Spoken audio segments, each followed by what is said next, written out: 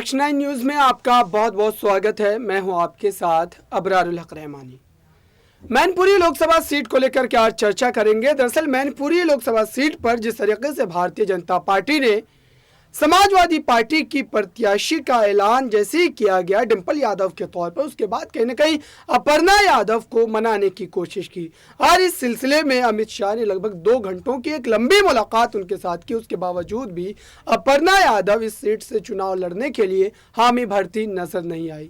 लेकिन आप देखिए कि जिस तरीके से अब एक तरीके से आप कह सकते हैं कि अपर्णा यादव ने ही उल्टा भारतीय जनता पार्टी पर अब सवालिया निशान लगाना शुरू कर दिया गया है, क्योंकि निकाय चुनाव नज़दीक है। उसको देखते हुए अपर्णा यादव को ये उम्मीद है कि बीजेपी कहीं ना कहीं लखनऊ में उन्हें उम्मीदवार बना सकती है। लेकिन क्या भारतीय जनता पार्टी इतने बड़े धोखे के मिलने के बाद, जो कि अपर्णा यादव के द्वारा उन्हें मिला, क्योंकि जैसे ही उनका बीजेपी में जाने का मन हुआ और बीजेपी ने उन्हें अपनी सदस्यता दिलवाई, उसके बाद यही चर्चाएं जोरों पर थी कि अगर यादव परिवार के खिलाफ इस चेहरे का इस्तेमाल करने का कोई मौका मिलता है तो वो उस मौके को भुनाने का पूरा प्रयास जो है बीजेपी ज़रूर करेगी।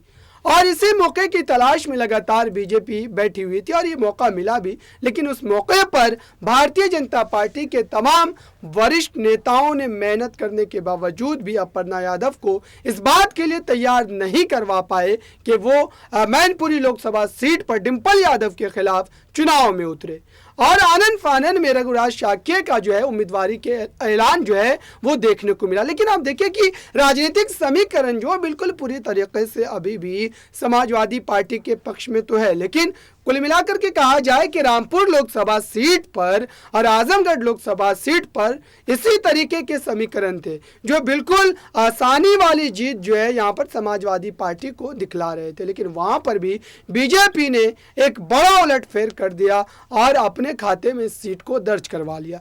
अब देखिए कि मैनपुरी लोकसभा सीट पर भी यादव वोट बैंक को लेकर के, मुस्लिम वोट बैंक को लेकर के लगातार ये बातें कही जा रही है कि ये सीट आसानी से डिंपल यादव जो है वो जीतती हुई नजर आएगी। लेकिन यहाँ पर भी रघुराज शाक्य जो कि शाक्य समाज से आते हैं और इस समाज का भी काफी बड़ा वोट बैंक इस सीट पर माना जाता है और इसी बात को लेकर के कहीं ना कहीं अंदेशा जरूर है कि कहीं अगर वोटों में बिखराव की स्थिति पैदा होती है तो जाहिर सी बात है कि इसका नतीजों पर भी गहरा असर पड़ेगा और बीजेपी कोई बड़ा खेल करती हुई नजर आएगी। देखते हैं कि चुनावी नतीजों में किसकी हार और किसकी जीत देखने को मिलती है। फिलहाल इस खास रिपोर्ट में बस इतना ही।